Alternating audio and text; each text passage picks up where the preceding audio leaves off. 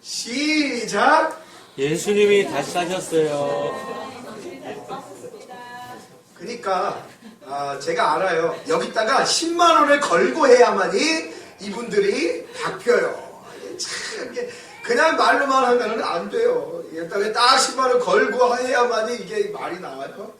네, 이제 여기까지만 하고, 예, 맞습니다.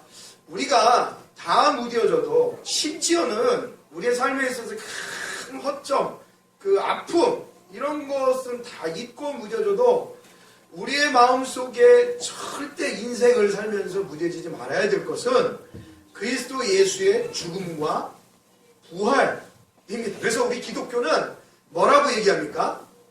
다른 종교, 종교라고 표현하는 것도 좀 저는 껄끄럽습니다. 그러나 굳이 말하자면 다른 종교가 없는 신앙, 우리는 부활의 신앙입니다. 기독교는 부활의 종교입니다. 다른 종교는 보면 윤회 사상이 있죠. 다시 이렇게 얘기해요. 내가 만일 다시 태어나면 너와 함께, 예를 들어서 다음에 태어나면 강아지야 사람으로 태어나라, 이러면서 이제 윤회적인 이야기를 한단 말입니다. 그러나 그러니까 세상은, 사람들은 돈다고 생각해요. 돈다고. 그렇죠. 그러나 우리 기독교는 그렇게 얘기하지 않습니다. 우리 기독교는 세상은 동심원 구조로 이렇게 돌고 돈다라고 얘기하지만 우리 기독교는 그렇지 않습니다. 하나님의 섭리 가운데 이 땅에 사람이 와서 예수를 믿고 다시 죽은 다음에 강아지로 태어나는 것이 아니고, 거미로 태어나는 것이 아니고, 죽은 이후에도 계속 연속적으로 쭉 앞을 향하여 어디로? 하나님의 나라로 달려가는 그러한 직행, 동심원, 돌아가는 게 아니란 말이에요. 그렇기 때문에 중요한 겁니다. 만약에 인생이 돌아간다고 생각해 보십시오. 다음번에도 내 삶에 생애가 있다고 생각해 보십시오. 인생은 좀 못 살아도 됩니다. 인생 좀 하나님을 덜 알아도 돼요. 왜 다음에 기회가 있습니까? 그렇죠? 우리 학생들도 좀 있으니까 재밌게 하기 위해서 학생들의 버전에도 약간 맞춰서 얘기해 볼까요? 여러분, 한 번 시험 못 보면 그 시험은 어떻게 되는 거예요? 미안해요, 시험 얘기해서. 그렇죠. 다시 돌아오지 않아요. 그 다음 건 다음에 또 기다리는 거지, 오늘 못 본 거는 안타까워서 이걸 내가 왜 틀렸을까 하면서 자기 자신을 막 뜯어 물어요. 하지만 소용이 없습니다. 기독교의 신앙이 그렇습니다.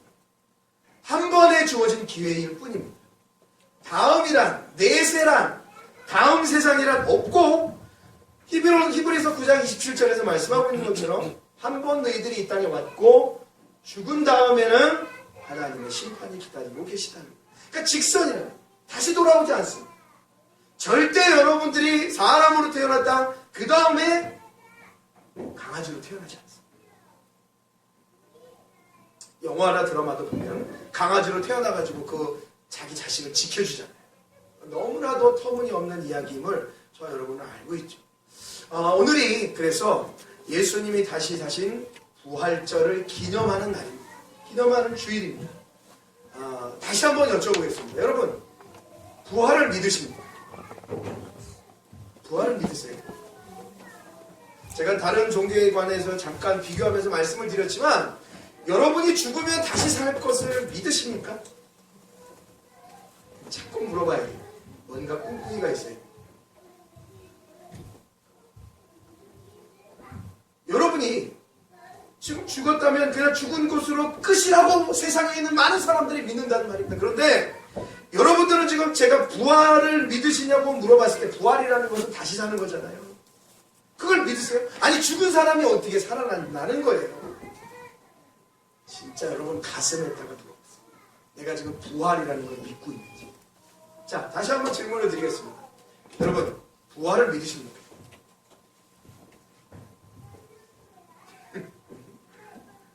그러니까 매 해마다 부활절에서 계란만 드시고, 오늘 계란 있어요. 계란이 없으면 부활절이 아니죠. 계란은 있는데 부활절은 계란 먹는 날, 군인들에게 주일은 초코파이 먹는 날, 이런 식으로 생겨져서는 안 된다는 겁니다. 유명한 것입니다.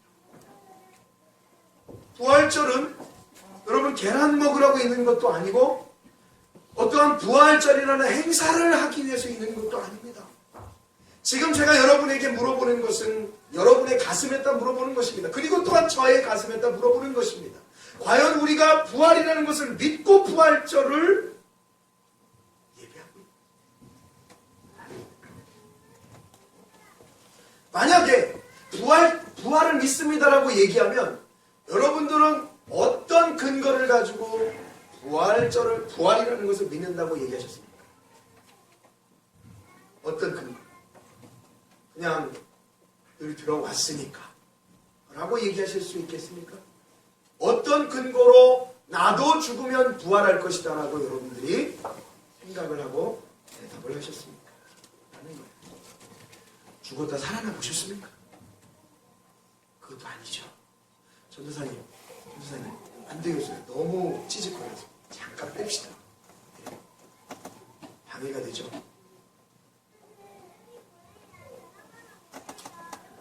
그렇다면 여러분이 죽었다가 부활하셔서 저는 부활을 믿습니다. 왜냐하면 제가 살아봤기 때문에요 라고 대답할 수 있는 분이 한 분도 안 계십니다. 도대체 뭘 가지고 부활을 믿습니까? 이 부활이라는 게 기독교를 얘기할 때에 부활의 종교라고 해도 과언이 아닌 너무나도 중요한 것이 부활인데 뭘 가지고 여러분들 부활을 믿는다고 여러분들 살아보셨습니까? 아니죠. 여러분이 알고 있는 그냥 들어왔던 의례, 행사와 이야기로 우리는 나는 부활을 믿습니다라고 얘기한다면 큰 오산입니다.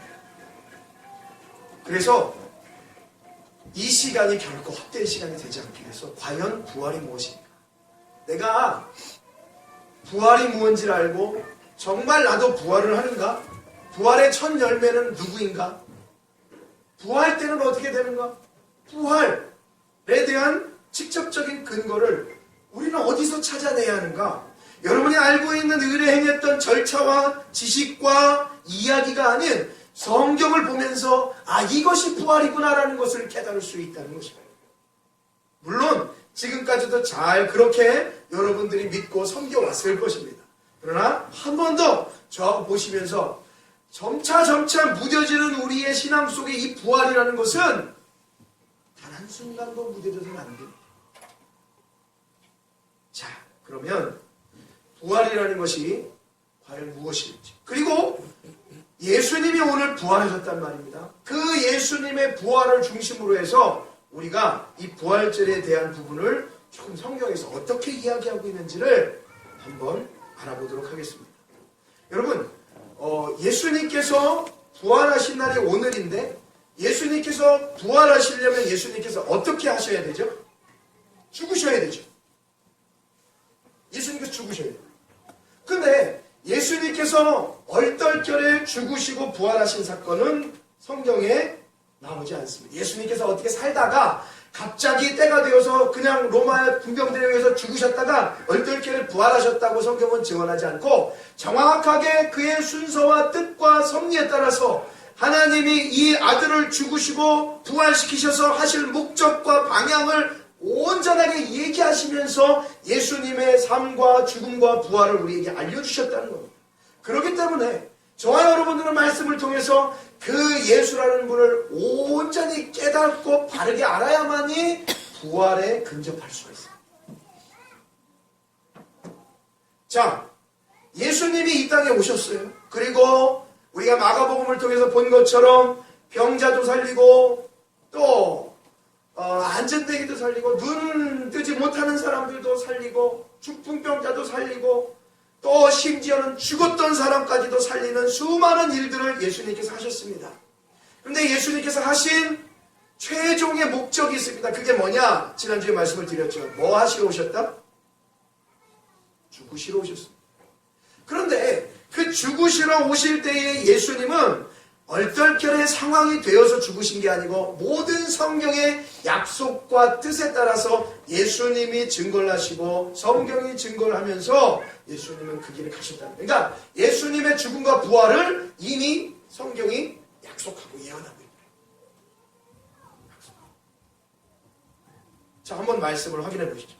마가복음 8장 29절 말씀입니다. 마가복음 8장 29절 말씀. 조금 앞으로 넘기면 되겠죠? 8장 29절 말씀.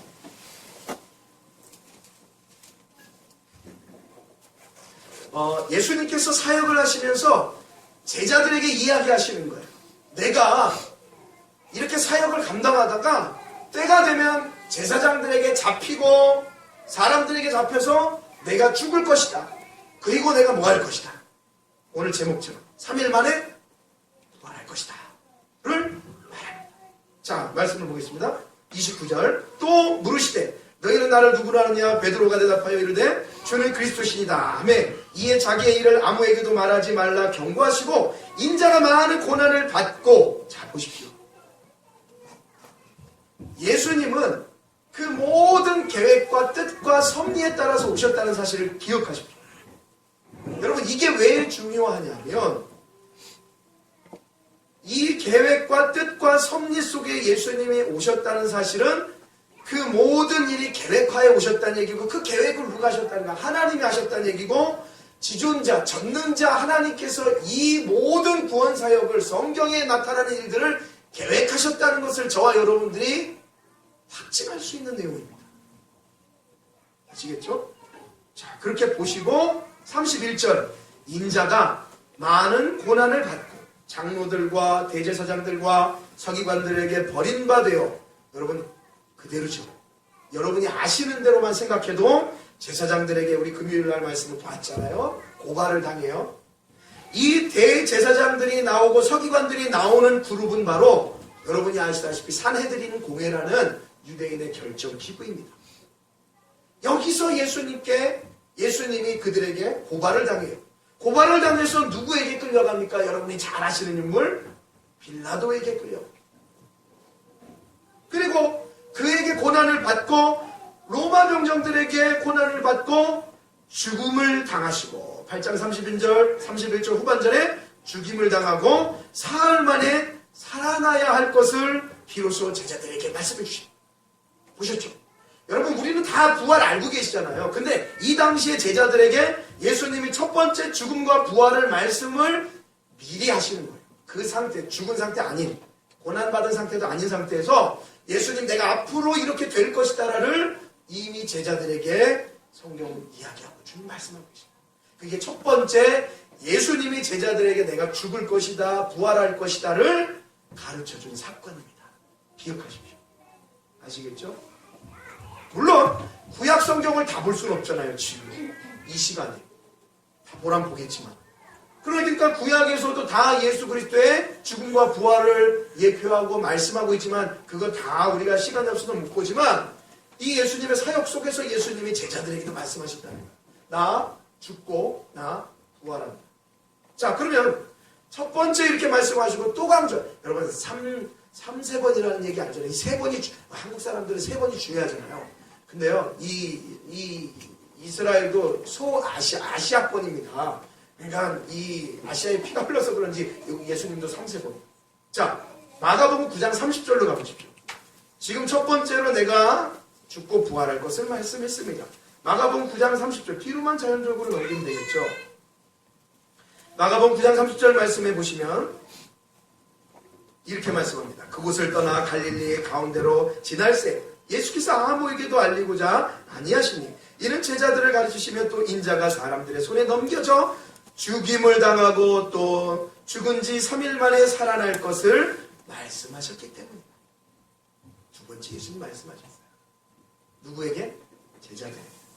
그런데 32절에 제자들 이렇게 얘기하죠.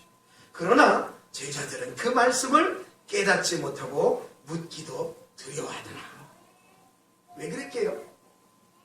왜 그랬게요? 제자들은 예수님이 이 유대 땅을 정복하고 총칼로 정복하여 자기가 왕이 될 때에 제자들은 그 밑에서 한자리를 하고 싶었습니다. 그게 제자들의 모습이었어요. 인생들의 모습이었단 말이죠. 예수님의 등을 업고 뭔가를 얻어보고자 하는. 근데 예수님이 얘기하시는 거예요. 나 죽고 나 부활할 거다. 이런 소리 하는 거야. 그러니까 제자들은 그 말에 답할 수가 없었어. 내가 아는 예수님은 그게 아니야. 그러니까 사람들과 예수님이 가는 길은 전혀 딴판이란 말입니다. 내가 가는 길은 그 길이 좁고 협착하여 찾는 이가 없다. 여러분, 부활이라는 것을 진짜 우리가 믿습니까? 그 부활이라는 것을 믿는다면 주님이 말씀하신 그 좁은 길이라는 것이 우리에겐 보여야 부활. 우리는 큰 길만 가고 있죠. 사람들이 많이 모이는 데만 가고 있습니다. 사람들이 생각했을 때에 나의 이익을 위해서만 가고 있다는 것이 바로 부인할 수 없는 이게 모습입니다. 제자들의 모습입니다. 저는 안 그래요. 아니란 말이죠. 옆에 있던 제자들도 그랬다. 3세번. 세 번째 예수님이 오늘 본문 말씀처럼 이 얘기 10장 32절 말씀입니다. 10장 32절. 오늘 성경을 조금 찾아보도록 할게요. 32절 말씀에 조금 뒤로 넘기면 되죠. 예루살렘으로 올라가는 길에 예수께서 그들 앞에 서서 가시니 그들이 놀라고 따르는 자들은 두려워하더라. 이에 다시 12제자를 데리시고 자기가 당할 일을 말씀하여 이르시되, 제자들에게 말씀하는 거예요. 보라, 우리가 예루살렘에 올라가노니 인자가 대제사장들과 인자는 예수님 자신을 말하죠. 대제사장들과 서기관들에게 넘겨지며, 이 대제사장과 서기관들은 산헤드린 공회에 있는 이 타락한 제사장들, 유대인들의 머리들을 얘기합니다. 이들에게 넘겨지고, 그리고 그들이 죽이기로 결의하고 이방인들에게 넘겨주겠고, 말씀 한 절을 여러분 귀하게 보세요. 고발은 산헤드린 공회인 서기관들과 제사장들이 당하는데 예수님은 유대인 손에 죽을 수 없었던 게 법이에요. 하나님의 뜻이에요. 그래서 이들의 고발이 빌라도에게 넘겨가면서 33절 말미에 이방인들에게 넘겨집니다. 그래서 이방인들 손에 예수님은 죽으세요. 고발은 누구에게 당하고? 같은 동족에게 당하고. 잘 이해하십시오. 그래서 이방인들이 그 예수를 죽여요. 겉으로 나오는 화면은. 근데 그 내막은 유대인들이 예수를 죽입니다. 자, 34절에 그들은 능욕하며 침뱉으며 채찍질하고 죽일 것이나, 조금 더 정확하게 나오죠. 우리가 금요일날에도 봤고 지난주에도 잠깐 봤지만 예수님이 그런 고난을 당하시고 죽임을 당하기 위한 고통, 채찍 모두, 그리고 이사야 53장에도 우리는 잘 말씀을 알고 있습니다. 그가 찔림은, 상함은, 모든 말씀을 통해서 우리는 예수 그리스도의 고난을 너무나도 잘 알고 있습니다. 그것을 또 이야기하는 거예요. 그런데 그렇게 죽지만 세 번째도 주님 말씀하셔요. 그러나 내가 뭐 하리라? 살아나리라 라고 이야기하셔요. 여러분, 이 말씀을 꼭 기억하시죠. 이 말씀이 우리에게 소망이 되는 겁니다. 맞아요. 고난 당하세요. 주님 침뱉음 당하세요. 고통 당하시고 죽임까지 당하세요. 그러나 그것이 끝이 아니라는 것을 예수님은 미리 말씀하고 계세요. 제가 목사니까 과거 부교육자 할 때도 그랬겠죠. 많은 분들에게 제가 장례로 예배를 드리며 많이 섬겼습니다. 많은 분들이 많이 울어요. 당연하죠. 세상에서 가장 아픈 스트레스가 뭐예요? 가족을 잃는 슬픔입니다. 그렇게 얘기해요. 저는 거기서 그렇게 얘기합니다. 성도님, 너무 슬퍼하지 마십시오. 왜요? 우리는 다시 만나기 때문에. 근데 반대로 저에게 물어봅니다. 네 부모가 만약 죽으면 너는 그렇게 얘기할 수 있겠냐, 너한테? 우리 그런 존재는. 비록 말씀이 우리에게 알려주고 있지만 우리의 인생과 삶은 그걸 가지고 살지 못하는 것이 우리의 신앙의 고백이다. 그러니까 우리가 이 말씀을 따라 산다는 것이 쉬운 것이 아닙니다. 이 말씀대로 지켜서 이 말씀의 뜻대로 말씀을 붙잡고 우리가 기도하면서 살게 해주시옵소서라는 그러한 껍데기만의 기도가 아니라 진짜 이 말씀을 붙잡고 살아가는 그런 매 순간의 철저한 영적인 싸움은요, 단 1분 1초도 우리가 하지 않을 수 없는 일이에요. 주님이 이렇게 세 번을 말씀하셨어요. 그러면 여러분, 성경이 구약으로 돼 있고 신약으로 돼 있잖아요. 이게 무슨 뜻이죠? 구약은 그냥 간단하게 얘기하면 이전의 약속이에요. 좀 오래된 약속. 신약은 이제 새로운, 영어로 얘기하면 뉴 테스트먼트. 새로운 약속, 말씀이라는 말이죠. 다 약속으로 이루어졌다는 거예요. 그러니까 예수님도 내가 죽고 부활할 것을 지금 뭐 하신 거예요? 약속하신 거예요. 자꾸 성경은 약속이에요. 나중에 가면 요한계시록에 저 뒤에 가면 내가 다시 올 것을 약속. 여러분들은 뭐 붙잡고 사는 거예요? 약속. 애기가 딱 애들 있는데 엄마 다시 올게 하고 집에 나갔다. 애들은 뭐 붙잡고 놀아요? 엄마 다시 올 것이라는 약속. 다시 안 온다고 하면 애들은 공포에 떨겠죠. 그러나 다시 오는 것을 알기 때문에 애들은 거기서 잘 놀 수 있어요. 그 때가 되면 엄마가 와요. 약속이에요. 그래서 약속은, 여러분, 육신의 약속은 우리 농담으로 뭐라고 얘기해요? 어겨놓고 뭐라고 얘기해요? 약속은 자식아 깨지라고 있는 거야. 해보십니다. 여러분, 성경의 약속은 지키기 위해서입니다. 인간의 약속은 깨지기 위해서 있다는 거예요. 약속해서 다 지켜봤습니까? 그러나 성경은 약속을 하면 이루어지기 때문에 성경 거룩한 말씀입니다. 자, 보세요. 예수님이 그렇게 말씀하셨어요. 예수님도 인간이셨어요. 그런데 죽고자 하는 그 행위가 얼마나 예수님 싫으셨겠어요. 할 수 있거든 이 잔을 내게서 옮기시옵소서. 저 두렵습니다. 무섭습니다. 예수님도 그렇게 기도하셨단 말이죠. 그러나 그 길이 아버지의 뜻이라면 걸어가겠습니다. 왜요? 무엇을 이루기 위해서? 성경을 이루기 위해서. 하나님 말씀을 이루기 위해서. 우리는 인간이 아니잖아요. 하나님이잖아요. 신이잖아요. 내가 그 권한을 가지고 이 땅에 왔잖아요. 하겠습니다. 그리고 예수는 그 길을 걸어가십니다. 마태복음 28장 1절 말씀입니다. 자, 앞쪽으로 쭉 가셔서 마태복음 28장 쭉 읽어볼 겁니다. 우리 젊은 친구들도 이렇게 말씀을 같이 볼 수 있다는 게 좋은 기회죠. 그래서 나는 학생이니까 뭐 나중에 기지 말라. 지금 바로 말씀을 보고 그 말씀을 가지고 여러분 다음 기회라는 것을 생각지 마십시오. 지금 이 순간을 귀히 여기십시오. 그리고 그 말씀을 잘 받아들이십시오. 자, 보세요. 안식일 마태복음 28장 1절부터 또박또박 한번 보겠습니다. 예수님이 과연 3번의 약속대로 그렇게 하셨는가? 여러분, 아니 내가 예수를 믿고 그 예수에게 내 인생을 맡긴다는데 그 주문을 여러분이 아셔야죠. 확인해보죠. 안식일이 다 지나고 안식 후 첫날이 되려는 새벽에 막달라 마리아와 다른 마리아가 무덤을 보려고 갔더니 큰 지진이 나며 주의 천사가 하늘로부터 내려와 돌을 물려내고 그 위에 앉았는데 그 형상이 번개같고 그 옷은 눈같이 익었는데 지키던 자들이 그를 무서워하여 떨며 죽은 사람과 같이 되었더라. 천사가 여자들에게 말하여 이르되 너희는 무서워하지 말라. 십자가에 못 박힌 예수를 너희가 찾는 줄 내가 아노라. 그가 여기 계시지 않고 그가 말씀하시던 대로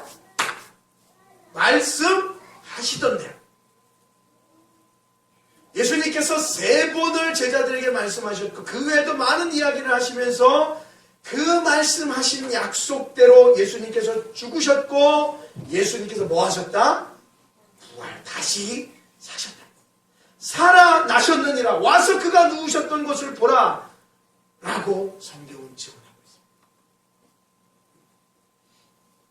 여러분, 이 귀한 사건을 하나님께서 계획하시고 예수님이 이 땅에 오셔서 하나하나 과정을 성경대로 말씀대로 이뤄가신 것을 우리는 확인해 볼 수 있습니다.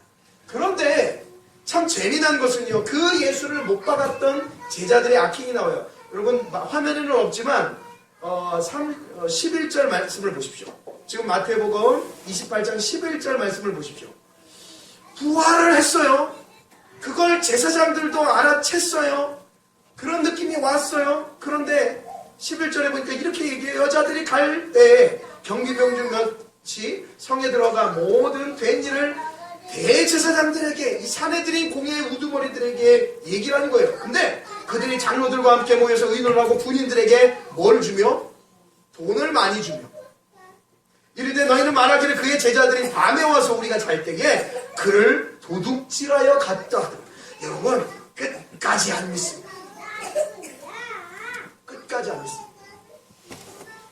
예수님은 살아나셨고 말씀대로 부활하셔서 갈릴리로 가셔서 제자들을 만나시는 사건이 나오지만 그것을 알고 있던 제사장들, 오히려 그 예수를 증거해야 돼요. 여러분, 구약의 제사장들 얼마나 하나님의 맡은 사역을 감당하는, 여러분, 아주 레위 지파 얼마나 중요한 자들이에요. 그런데 그들이 타락하여서 예수를 증거해야 할 사람임에도 불구하고 그들은 예수를 다시 묻어버리고 있죠.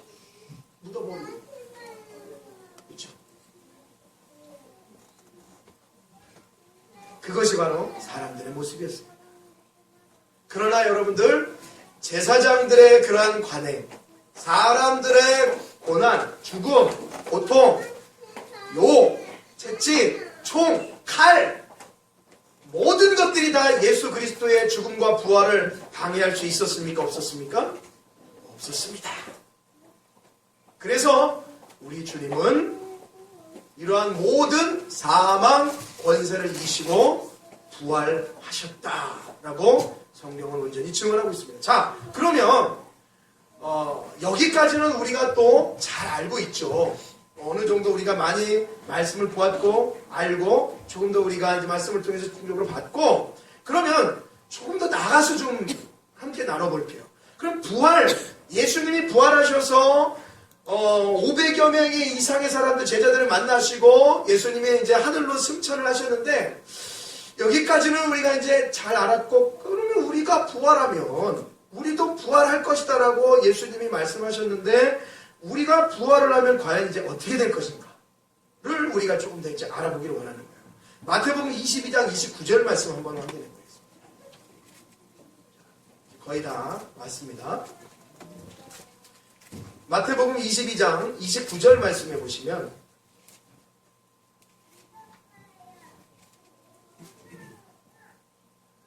이렇게 얘기하죠. 여러분, 그러니까 그런 질문도 많이 받아요. 부활에 대해서도 뭐 여러 가지 내용에서도 질문을 많이 받죠. 가장 중요한 건 저도 말씀드렸다시피 죽었다 살아본 사람이 아닙니다. 그래서 이 성경을 근거로 해서 저도 온전히 믿으려고 애쓰는 사람이에요. 저와 여러분도 한번 보세요.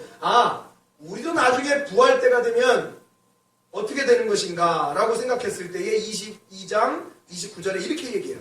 예수께서 대답하여 이르시되 너희가 성경도 하나님의 능력도 알지 못하는 거로 오해하였도다. 사두개인들이 물어봤거든요. 부활을 믿지 않는 사두개인들이 물어본 거예요. 여러 가지 질문을 가지고 남편이 있는데 죽고 하면서 얘기한 거예요. 예수님께 시비를 걸려고, 부활이 없다라는 것을 증거하려고 예수님께 공격을 했더니 예수님이 이런 아주 귀한 대답을 하는 거예요.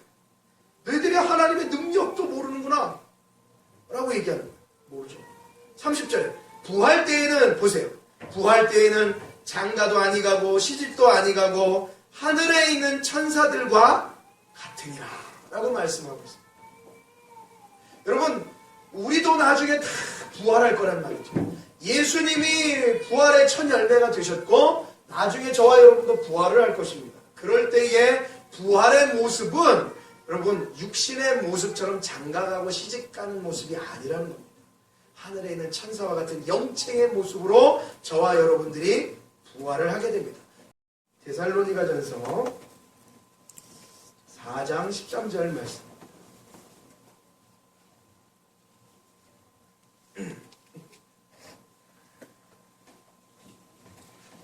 데살로니가전서 4장 13절 말씀 이하로 보면 이렇게 얘기합니다. 형제들아, 자는 자들에 관하여, 이거 여기서 잘 보십시오 여러분들. 형제들아, 자는 자들에 관하여는 너희가 알지 못함을 우리가 원하지 않으며 이는 소망 없는 다른 이와 같이 슬퍼하지 않게 하려 함이라.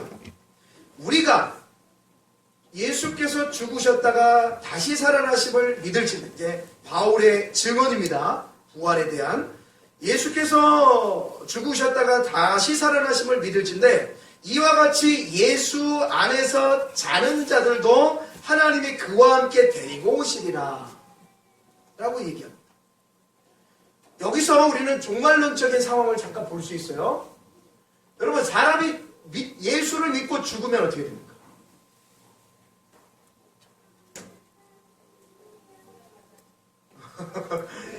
여러분, 예수를 믿다가 죽으시면 어디 가냐면 여러분들은 천국에 가십니다.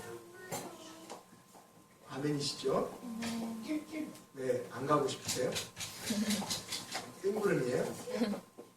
예수를 믿다가 죽으시면 여러분 반드시 천국에 갑니다. 근데 어떤 분이 이렇게 질문을 합니다. 아니, 그 사람이 그러면 다시 땅에 묻히고 그랬는데 부활하면 천국에다 다시 와요? 다시 옵니다. 그러니까 어떻게 되냐면 예수, 잘 정립을 하십시오. 예수 믿는 사람이 이제 하나님의 섭리 가운데에 예수 믿는 사람, 그러니까 하나님의 백성이 이 땅에 와서 예수를 영접하고 성도로 살다가 죽으면 예수 믿어서 하나님의 나라로 갑니다. 거기서 하나님과 함께 삽니다. 영원히 여러분 천국에서 사는 거예요. 그런데 이 땅의 마지막 때가 되는, 예수님이 재림하는 마지막 때가 되면 예수님께서 천국에 있던 자들도 다 같이 데리고 이 땅에 오신다는 거예요. 아시겠죠? 아니, 천국에 갔는데 다시 부활을 뭐하러 합니까? 아니라고요. 예수님께서 예수 안에서 자는 자들도 그와 함께 뭐하고 오시리라? 데리고 오시리라. 그러니까 이 교리를 제대로 정립하지 못하면 천주교의 연옥설을 믿는 거예요. 죽으면 천국 가는 연옥에 있다가 나중에 심판을 받든지 아니면 그 가족들이 헌금하면 돈을 따끄락 넣으면 천국에 가든 지옥에 가든 저 중간이 있다는 거예요. 연옥 중간이 있다는 거예요. 천만의 말씀. 절대 성경에는 그렇게 이야기하고 말씀하고 있지 않습니다. 이미 천국을 간 사람들도 성경에 등장을 하죠. 그러니까 여러분들이 믿다가 죽으시면, 그러니까 예수가 이 땅에 오시기 전에 여러분들이 죽으시면 여러분들의 몸은 어떻게 해요? 본디 흙이기 때문에 흙으로 돌아갑니다. 그러나 여러분들의 영은 본디 어디 거예요? 마귀 거예요? 세상 거예요? 아니요. 하나님 거예요. 그러면 여러분들은 다시 하나님의 나라로 가십니다. 그리고 이 땅의 마지막 때가 되면 천군 천사와 함께 여러분들, 자, 그래서 14절 다시 한번 읽어볼게요. 4장 14절. 우리가 예수께서 죽으셨다가 다시 살아나심을 믿을진대 이와 같이 예수 안에서 자는 자들도, 이 표현은 그러니까 죽어서 하나님의 나라 간 자들도 그와 함께 데리고 오시 예수님께서 자, 오시는데 어떻게? 우리가 주의 말씀으로 너희에게 15절 이것을 말하노니 주께서 강림하실 때까지 우리가 살아남아 있는 자도 자는 자보다 결코 앞서지 못한다. 다 똑같다. 그러니까 나는 살아있고 그래서 부활을 맛보았고 죽은 사람은 이미 뭐냐? 아니다 이거예요. 죽은 자도 다 깨어나고 산 자도 그대로 주님의 재림을 다 바라본다 이거예요. 그래서 계시록에서 20장 이하의 말씀을 보면 산이, 들이, 바다가 그 뼈와 살들을 다 내어서 부활한다. 여러분 마치 에스겔 골짜기의 마른 뼈가 다시 살듯이. 회복의 소생의 역사가 주님 오실 때 일어나요. 자, 4장 16절 말씀 보십시오. 주께서 호령과 천사장의 소리와 하나님의 나팔 소리로, 찬송가 생각나네요. 하나님의 나팔 소리, 천지 진동할 때 나팔 소리로 친히 하늘로부터 강림하시는 거야. 누구를? 이미 죽어 구원받은 백성들을 데리고 하늘에서 강림하시는 거야. 예수님이 사도행전 보시면 이제 구름 타고 올라가신 그대로 구름 사이가 이제 올라가시고 가려져 버리시거든요. 그러고 나니까는 제자들이 예수님 어디 계셔 어디 계셔? 천사들이 나타나서 이마 지금 뭐 하고 있는 거야? 나가 빨리 나가서 뭐해? 전하면서 살아. 사명을 주신 거거든요. 주님의 죽으심과 부활 그리고 승천으로 인해서 우리에게 주어진 가장 귀한 사건, 교회가 세워지는 사건.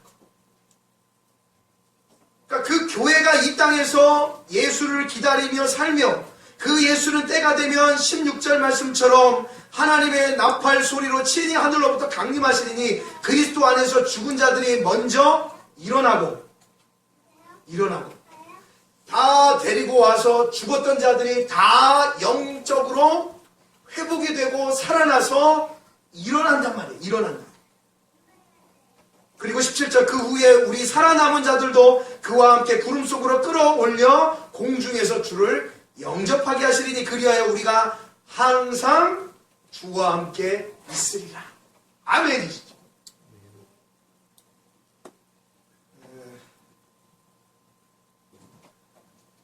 가장 중요한 말씀은 4장 18절 말씀 다 같이 읽어보겠습니다. 4장 18절 말씀 시작! 그러므로 이러한 말로 서로 위로하라. 성경은 이 18절 말씀으로 너희들 이 땅에서 80년 90년 살면서 참고 견디라고 이야기합니다. 제가 여기서 여러분 지금부터 공연을 하도록 하겠습니다. 저 죽을 겁니다. 그리고 살아날 겁니다. 기대하십시오. 아이 뿅! 샥! 했다고 생각해 보십시오. 여러분 얘기할 겁니다. 아, 저 목사님 희귀하다. 박수. 나가면서 그럴 겁니다. 아, 그 뻥이야. 라고 얘기할 겁니다. 그렇죠? 과연 무슨 속임수를 썼을까? 그렇죠? 다 압니다. 다 알아요. 그런데 사람들의 심리는요, 그걸 따라가고 싶어. 아닌 걸 안 돼. 그래서 성경은 철저하게 기적적인 역사적인 일들을 다 감춰버렸습니다. 그거 따라갈지도 몰라. 에덴 동산이 오늘날 있다고 생각하면 다 거기 가서 자빠져 있을 거예요. 거기서 할아버지 그러고 있을 거예요. 십계명이 오늘날 있었다 그러면 그 십계명 한번 보려고 10억을 내도 아마 볼 수 있어요. 진짜 오리지널 모세의 십계명이라고. 그렇죠?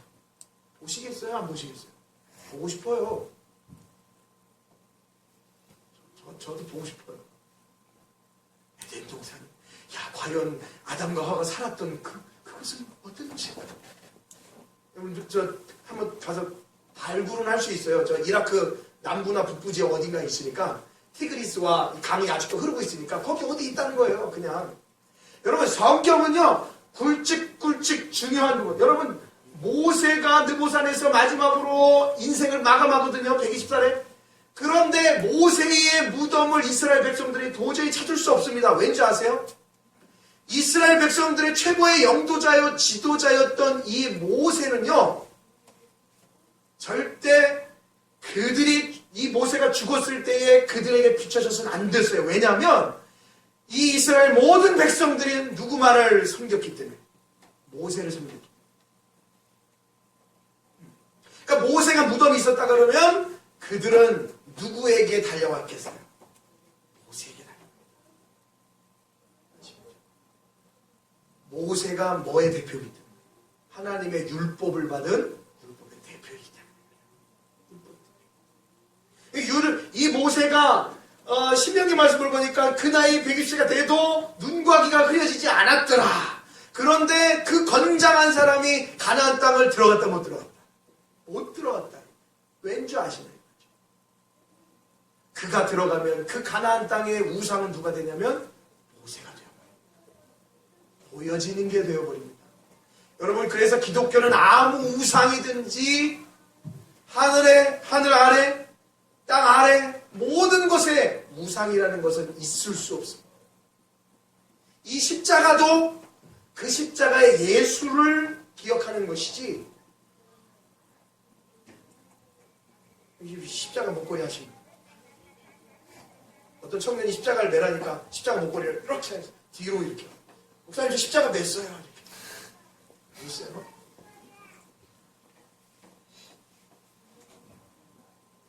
기독교에서는 우리가 믿는 신앙은요, 눈에 보이는 것으로 신앙을 결정짓지 않습니다. 주님이 죽으셨다. 어디 보니까 이렇게 나와요. 예수님이 죽으셨던 토리노의 세마포.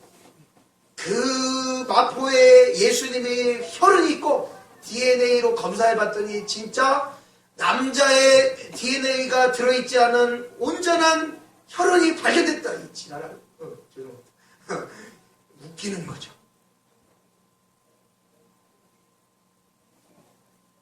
여러분, 세상에 절대 여러분들의 눈을 보고 믿으라고 하는 종교는 거짓입니다. 그러므로 이러한 말로 서로 위로하라는 것으로 여러분의 신앙을 여러분들 책임지셔야 됩니다. 세상 아무 것이 여러분에게 어쩌고 저쩌고 할지라도, 세상 어느 곳에서 더 큰 능력 같은 기적이 일어날지라도 여러분은 그냥 말씀이 그렇게 얘기하니까 우리 참고 견디자, 그것으로 끝내셔요. 어디서 뭐가 나고, 어디서 난리가 나고, 어디서 기적이 일어나고, 어디서 이빨이 편하고, 어디서 여러분들의 신앙을 뺏기면 여러분들의 신앙은 이 부활의 값어치를 상디칠 무너뜨리는 나쁜 신앙이 돼요.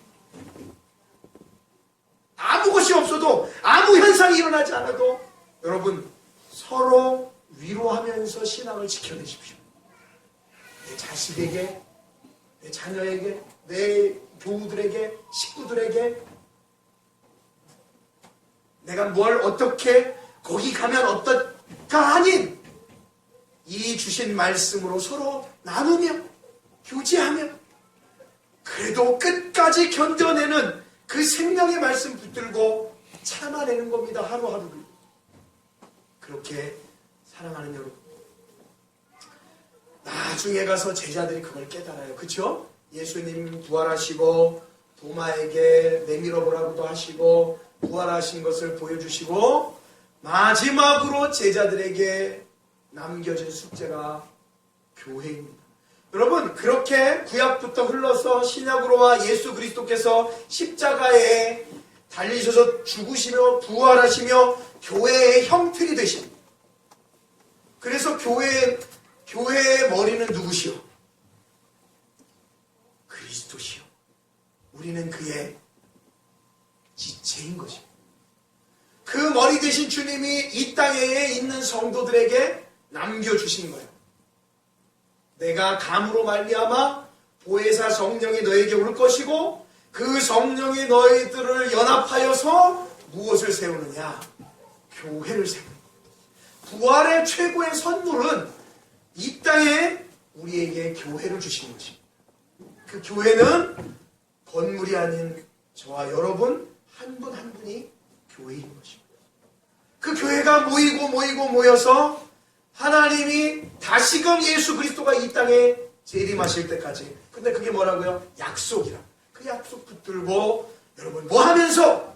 서로 위로하면서 끈끈이 지켜나가는. 그러면서 이렇게 고백하죠. 다윗이 고백한 거죠. 여호와가 나의 자신, 내게 부족함이 없으리라. 하는 거예요. 선물 달라고 여호와가 나의 목자신이 아니고 그 인생 속에서 그 험난한 과정 속에서 겨우겨우 하나씩 보여주는 그 주님의 은혜를 바라보며 위로하며 고백하는 여호와가 나의 목자신. 이번 부활 주일을 맞이하여서 우리 사랑하는 웃는교회 또 이 예배의 귀한 자리에 참석하시냐. 부활은 거짓도 아니고 꾸며낸 것도 아니고 하나님의 섭리와 약속대로 성경에서 우리에게 가르치는 것이고 저와 여러분도 때가 되면 부활을 할 것이고 그 주님을 영광 중에 하나님의 나팔소리가 천지를 울릴 때에 부활하셔서 그 주님을 만나오게 될 거예요. 기대하시라. 자, 그때가 언제인지는 아무도 모릅니다. 여러분이 죽고 여러분의 후대 때 주님이 오실지 내일 오실지 아무도 모르기 때문에 여러분들의 믿음과 신앙을 가지고 위로하시면서 이 한 주간을 주님이 우리와 함께 하신다는 강력한 소망과 기대로 함께 하시는 복된 주간 되시기를 주님의 이름으로 축원해 드리겠습니다.